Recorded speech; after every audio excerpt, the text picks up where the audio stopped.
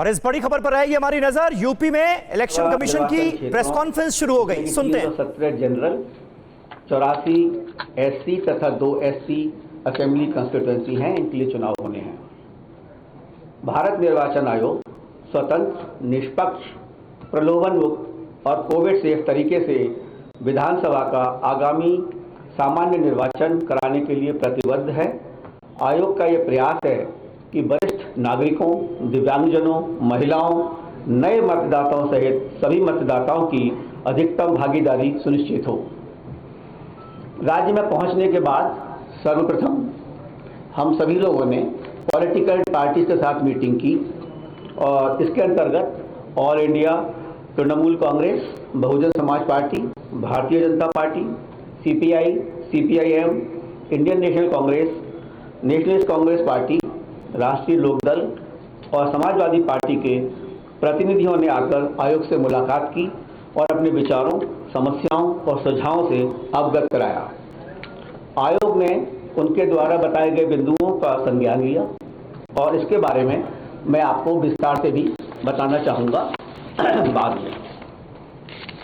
आयोग द्वारा राजनीतिक दलों के साथ बैठक के पश्चात सर्वप्रथम सारे ही जिला मजिस्ट्रेट, डिस्ट्रिक्ट इलेक्शन ऑफिसर्स, सभी एसपीज, डीआईजीज, पुलिस कमिश्नर्स जो 73 जिले के हैं यहाँ पर, सभी के साथ मीटिंग की और उनको आयोग के बारे में, आयोग के मोटो के बारे में समझाया गया और उनसे उनके जिले के बारे में तथा लॉ एंड ऑर्डर के बारे में पूछा गया और विस्तृत जानकारी ली गई।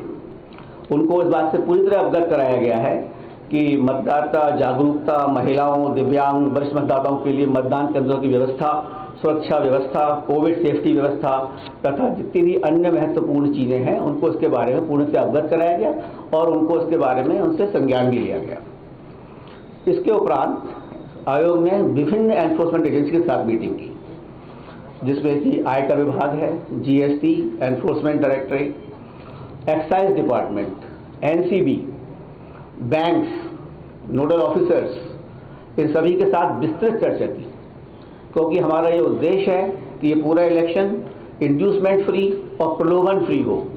इसके लिए उनकी बहुत ही एक मीटिंग ली गई जिसमें उनको सख्त निर्देश दिए गए हैं कि किसी तरह का भी प्रलोभन और किसी तरह का भी एक्साइज डिस्ट्रीब्यूशन, मादक पदार्थों का डिस्ट्रीब्यूशन, फ्री वीज डिस्ट्रीब्यूशन किसी तरह से भी ना हो पाए और उनसे उसके बारे में पूरी विस्तृत चर्चा की गई। आयोग ने उसके उपरांत जो हमारे नोडल ऑफिसर्स होते हैं पुलिस के और हमारे सीओ के साथ भी विभिन्न बिंदुओं पर चर्चा की और उसके बाद जो सबसे आखिर में जो जितने भी कंसर्न थे हमारे, तो मुख्य सचिव, DG police, health secretary, home secretary तथा अन्य सेक्रेटरीज के साथ अभी मीटिंग की है यहाँ पे आने से पहले।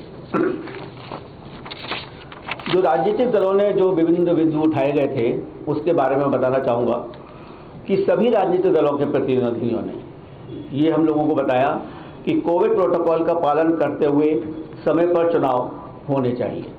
तो सबसे प्रथम सभी दलों ने without any difference of opinion सभी ने कहा कि कोविड को ध्यान में रखते हुए समय पर चुनाव कराए जाए।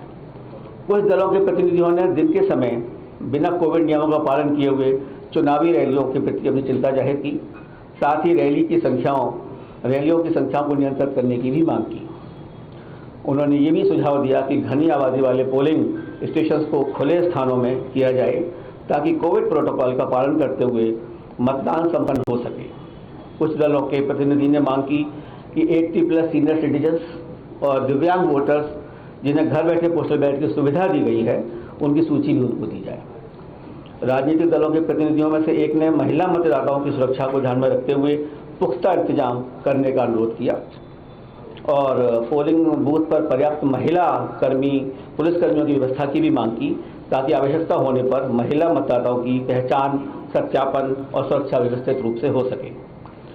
कुछ प्रतिनिधियों ने प्रशासन के कुछ लोगों के पक्षपाती रवैये की, यानी कि जो बायस्ड अप्रोच है, उसके बारे में भी शिकायत की और दलों के प्रतिनिधियों में से एक ने पुलिस द्वारा उनकी रैलियों पर अनुचित प्रतिबंध लगाने का आरोप भी लगाया। उन्होंने ये भी बताया कि उनके प्रत्याशी भी आर्थिक रूप से इतने सक्षम नहीं हैं कि विज्ञापनों का प्रसारण कर सके। दलों के प्रतिनिधियों में से एक ने समूचे राज्य में सीपीएफ की जल्दी से तैनाती का भी अनुरोध किया। अधिकतर राजनीतिक दलों ने प्रचार प्रसार के दौरान धनबल, शराब, मादक पदार्थों और मतदाताओं को फ्री भी दिए जाने पर संभावना जताई तथा इसके माध्यम से चुनाव प्रभावित होने की चिंता भी व्यक्त की। विभिन्न राजनीतिक दलों के प्रतिनिधियों ने हेट स्पीच तथा रैलियों में बेहिसाब इस्तेमाल किए जाने पर चिंता की। राजनीतिक दलों के प्रतिनिधियों में से एक ने पेड न्यूज को लेकर भी अपनी चिंता व्यक्त की है। राजनीतिक दलों के प्रतिनिधियों ने जिन मुद्दों पर अपने आयोग के समक्ष रखे हैं उन सभी मुद्दों से आयोग अवगत है। भारत निर्वाचन आयोग मतदान प्रक्रिया को और अधिक सुगम, सहज, सरल और प्रलोभन मुक्त करने के लिए सदैव प्रयासरत है। भारत निर्वाचन आयोग का हमेशा मानना है कि मतदाताओं के बाद राजनीतिक दल चुनाव प्रक्रिया के महत्वपूर्ण स्टेक होल्डर हैं। आयोग ने राजनीतिक दल के प्रतिनिधियों को आश्वासन भी दिया है कि हमारा प्रयास स्वतंत्र, निष्पक्ष, सहभागी, प्रलोभन युक्त और कोविड सेफ चुनाव कराने का है, inclusive and accessible elections, so that हमारा जो मोटो है that no voter should be left behind, that is our basic motto and commission will do each and every possible act for that particular direction. मैं आपको इसके बारे में बताना चाहता हूं कि जो हमारा मतदाता पंजीकरण का जो अभी कार्यक्रम चल रहा है और जो चला है और 5 तारीख को जो ड्राफ्ट रोल प्रकाशित होना है, उसमें हमारे अधिकारियों ने उसमें काफ़ी मेहनत की है और क्या क्या उसके परिणाम हुए हैं वो आपके समक्ष रखना चाहूँगा। जो हमारा विशेष संक्षिप्त पुनरीक्षण जिसको हम SSR बोलते हैं, 5 जनवरी 2022 को निर्वाचक नामावली अंतिम रूप से प्रकाशित की जाएगी। राज्य में अभी तक मतदाताओं की कुल संख्या लगभग 15 करोड़ से अधिक है। अंतिम प्रकाशन पर मतदाताओं के वास्तविक आंकड़े स्पष्ट होंगे। इसके बाद भी नामांकन दाखिल करने का आखिरी तारीख तक भी मतदाता क्लेम्स ऑब्जेक्शन सबमिट कर सकते हैं। असल में कुछ लोगों को ये भ्रांति है कि जब ये प्रकाशित हो रही है शायद हमारा नाम उसके बाद जिसमें ना लिखा जाए, तो मैं ये भी बताना चाहूँगा आपके जरिए सभी लोगों को कि ये प्रकाशित होने के बाद भी लोग देख लें, अगर किसी का नाम उसमें नहीं लिखा गया है या किसी का नाम कटने से भी रह गया है तो उस तरह के सारे क्लेमों को वो जो हमारे नॉमिनेशन की आखिरी दिन होती है उस तक वो अपने क्लेम्स और ऑब्जेक्शन फाइल कर सकते हैं। तो अभी ये नहीं है कि जी खत्म हो गया अब हमारा नाम कैसे जुड़ेगा। तो ये जो चिंता है किसी के भी दिमाग में वो आप ही इसको निकाल सकते हैं, आप ही वहाँ तक हमें पहुँचा सकते हैं। विशेष संक्षिप्त पुनरीक्षण 2022 के दौरान अब तक 52.8 लाख 52.8 लाख नए मतदाताओं को इलेक्टोरल रोल में सम्मिलित किया गया है, जो कि अपने आप में एक रिकॉर्ड है। इसमें लगभग 23.92 लाख पुरुष और 28.86 लाख महिला मतदाता हैं। इन नए मतदाताओं में 18 से 19 वर्ग आयु वर्ग के करीब 19.89 लाख शामिल हैं, जो कि पिछले SSR के मुकाबले 3 गुने अधिक हैं। यानी कि पिछली बार जो ये 18 से 19 तक के मतदाता थे, इनका परसेंटेज पूरे इलेक्टोरल रोल में कुल 0.51% था, जो कि बढ़कर अब 1.32% हो गया है।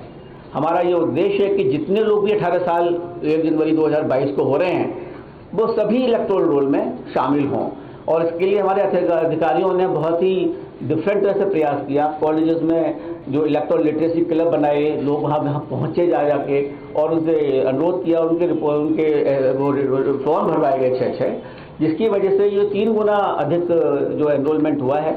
ये इसके लिए अफसरों ने बहुत अधिक कार्य किया है। और एक बहुत और अधिक उपलब्धि हुई है महिला सशक्तिकरण के बारे में, जो महिलाओं को अधिक से अधिक वोटर बनाया गया है।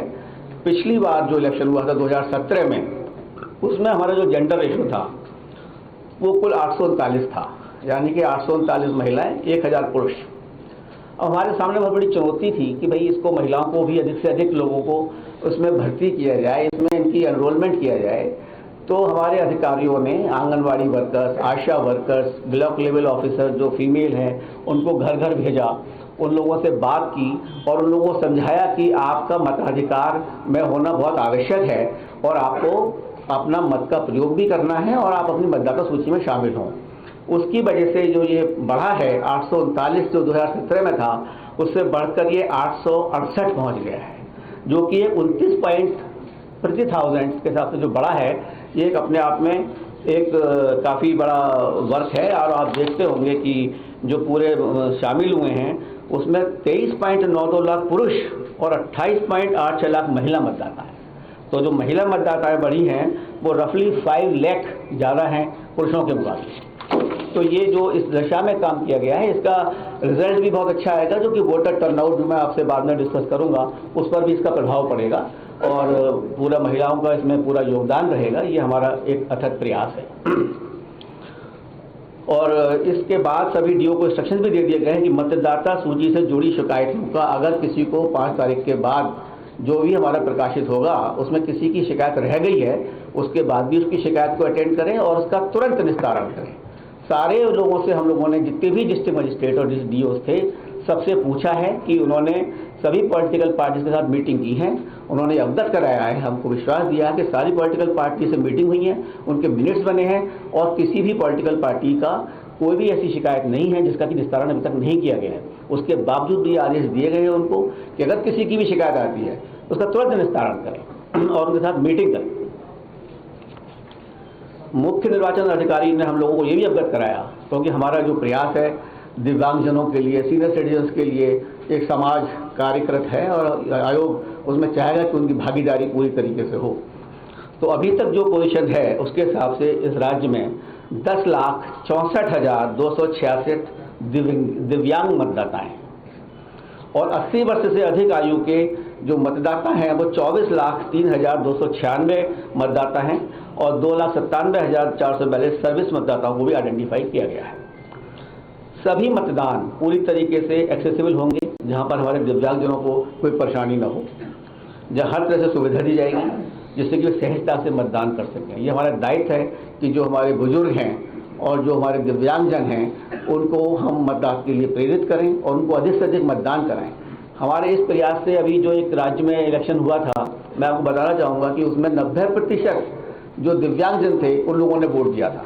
तो एक अपने आप में एक मिसाल है और हम चाहेंगे कि वो मिसाल हमारे इस राज्य में भी पूरी तरह से चले। और आपको जानकर खुशी होगी कि इस प्रदेश में पहली बार 80 वर्ष से अधिक आयु वर्ग के वरिष्ठ नागरिकों को, दिव्यांग मतदाताओं को और कोविड अफेक्टेड मतदाताओं को आयोग घर द्वारा घर पर ही बैठे हुए पोस्टल बैलेट की ऑप्शनल सुविधा प्रदान करेगा। मतलब कि आपकी इच्छा है, हम तो आपको चाहते हैं कि आप आए हमारे पोलिंग स्टेशन पे, जो कि पूर्णतः आपके लिए सुरक्षित हैं। उसके बावजूद भी अगर कोई लोग नहीं आना चाहते, जैसे 80+ के आदमी हैं, अगर वो नहीं आना चाहते हैं तो ECI will go to their doorstep. ECI is at the doorstep of these senior citizens, of these divyang persons and these persons who are absolutely COVID affected. We will go to their home. लेकिन इसमें पूर्णतः पारदर्शिता बढ़ती जाएगी। कुछ political parties का थोड़ा सा कंसर्न था।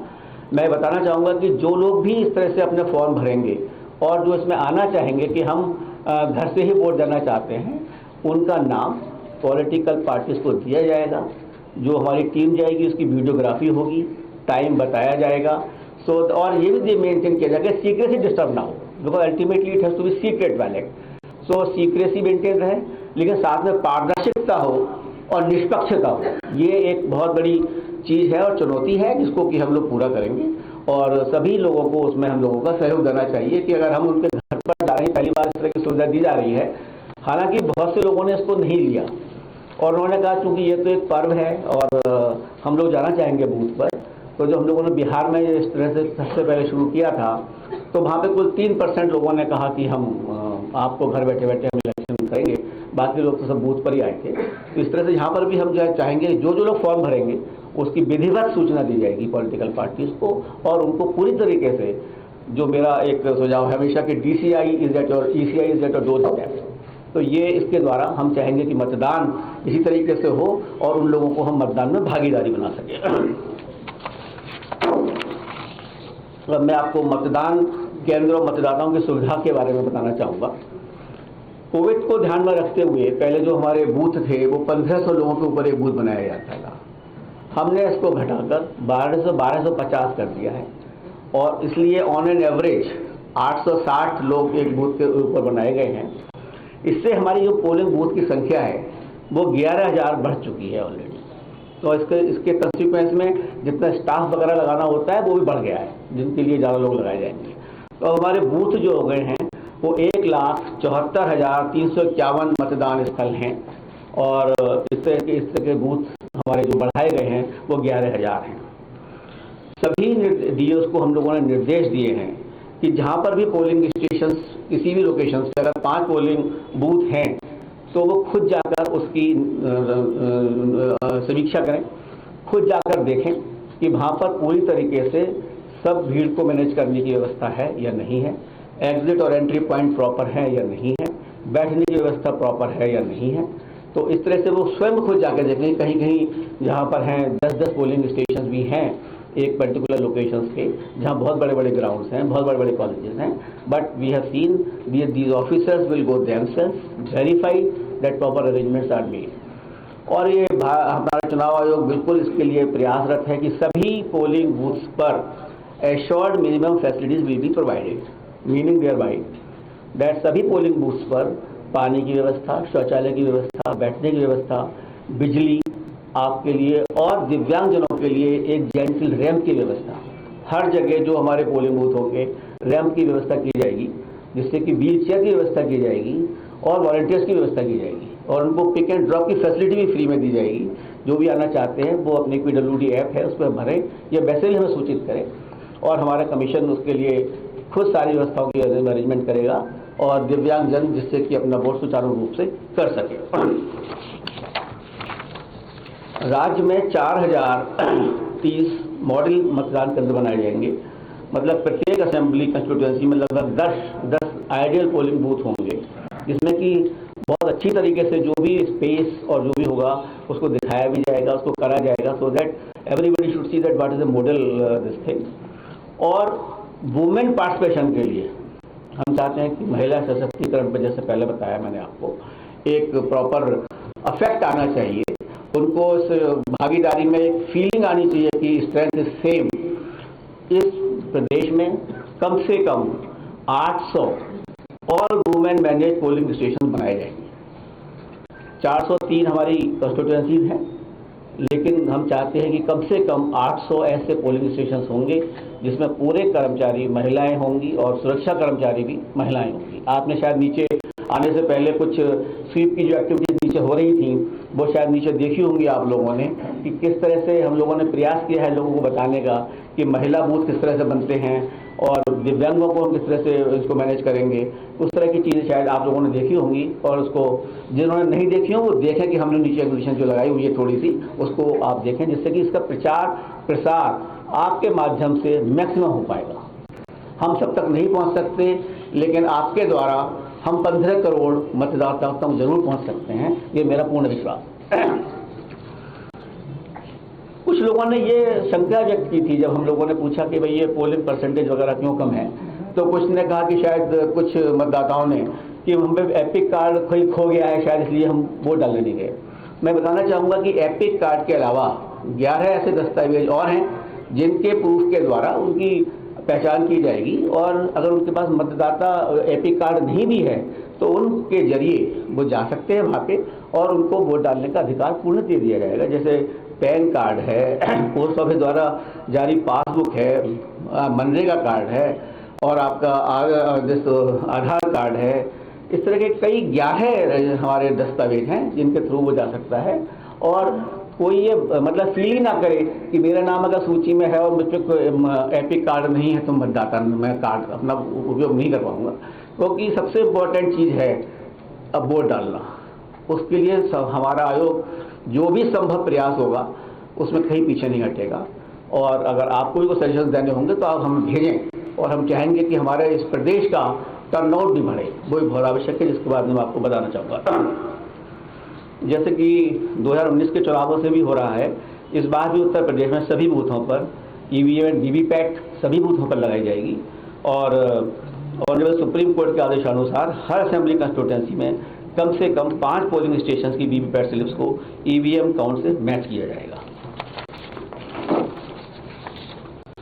आयोग ने CO को EVM और VVPAT के बारे में व्यापक जागरूकता और उपयोग में आसानी के लिए फिजिकल तथा डिजिटल पहुंच बढ़ाने के लिए भी कहा है कि सभी लोगों को इसके बारे में बताया जाए।